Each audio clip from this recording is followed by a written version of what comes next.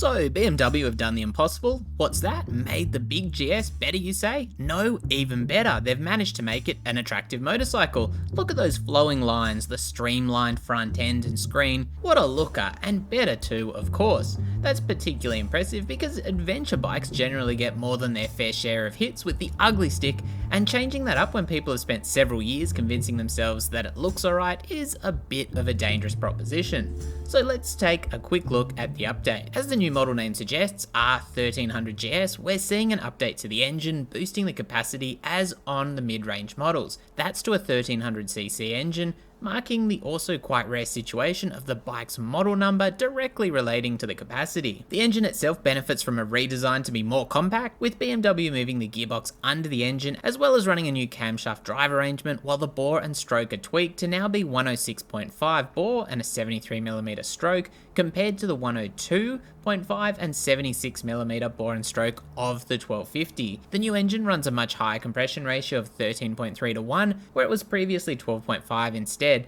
and power is now 145 horsepower at 7,750 RPM, with torque maxing out at 110 foot-pounds at 6,500 RPM or 149 Newton meters, marking a 10 horsepower increase and 7 extra Newton meters. We can thank updated valve timing and larger valve diameters too for the performance boost, with overall weight savings being 6.5 kilos just in the engine. The shift cam variable valve timing is still run too, balanced between economy and max performance, and we're seeing a 2-in-1 stainless steel exhaust. Capacity creep is generally emissions related more than anything, with brands reticent to sell a new less powerful model with the bike running a 3-way cat and being Euro 5 compliant. Recommended fuel is 95 RON or ROS, with adaptive fueling quality regulation allowing for 91 through 98 RON or ROS to be run as well. The knock sensor system aims to add some peace of mind for the round the world riders too. The clutch remains a wet unit with slipper, hydraulically operated, matched to a 6-speed gearbox and carbon shaft final drive, although the shaft drive joints are beefed up with a longer wheel axle stub for easier mounting. 4 ride modes are standard too, with road, rain and eco being fairly self-explanatory, while enduro mode is designed around off-roading.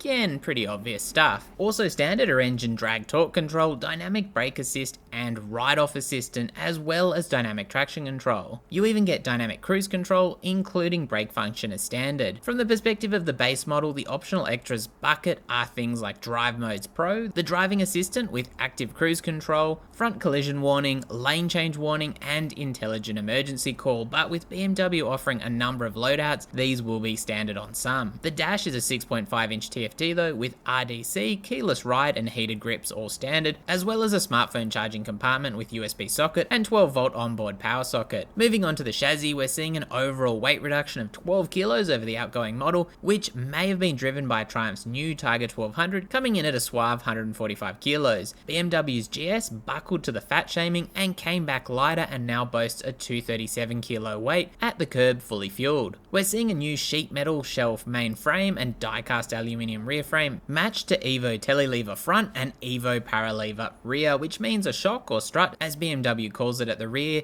at each end with single-sided swing arm. That new subframe does replace a steel tubular offering previously used, but BMW promised better stiffness when combined with the main frame alongside the obvious weight benefits. One of the harder to spot benefits according to BMW is that the weight centralization is improved with handling benefits, so that's something to look forward to when we test ride the bike. That's combined with a new flex element for the front suspension and new rear wheel guide at the rear. Improvements will apparently be less tilting movement in the upper fork bridge and decoupling the bars from that fork bridge tilt. There's also a new thicker but lighter quick release front axle, now 25mm thick. Travel front and rear are 190mm and 200mm in keeping with the adventure theme. Dynamic suspension adjustment, or electronic suspension essentially, is an upgrade on the base model, and to that system you can add adaptive vehicle height control, which will lower the seat from the standard 850mm down to 820mm at a stop or during slow speed travel, although it sounds like the rider can actually set the bike to a permanently lowered setting if they are vertically challenged. Sport suspension can also be optioned for an additional 20mm of travel front and rear.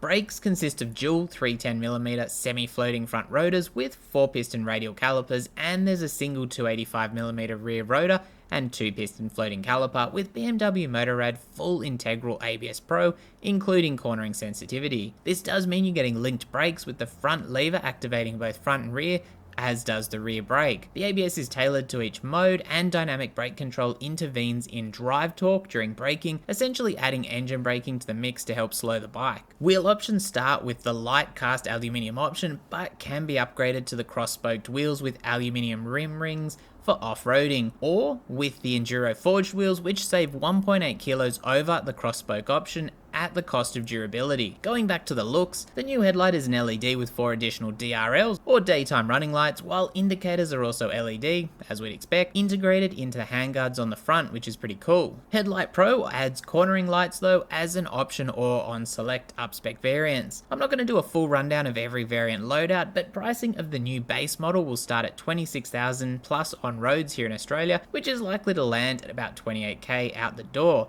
especially with the R1300 GS for 2023 running a $27,640 right away price currently, although that's the starting point. For the US, it looks like the MSRP starts at $18,895, while the UK pricing kicks off from $15,990, which is of course in pounds. So what do you reckon of the updates and the new styling? It does seem like the competition in the adventure segment is really starting to pay dividends as everyone heats up their game, and one observation I've seen is that this places the R1300 GS, at least the base model, in competition with things like the 890 Adventure R or Norden 901. That's probably true to an extent, but you also need to upgrade the R1300 GS to get that same off-road cred. There's also probably about 15 to 20 kilos in weight difference advantage to those smaller bikes in that comparison, alongside their unique fuel placement working to their advantage too. But for those not really sure they need to go that hardcore on their adventure, the R1300 GS could well be ticking all the boxes. It also looks like BMW will pip the most affordable of the Triumph 1200s, for instance, by a couple of thousand here in Australia, with the Multistrada V4 a bit more on top of that for the very base model as well. Anyway, stay safe out there, thanks for watching, throw me a like if you're still here.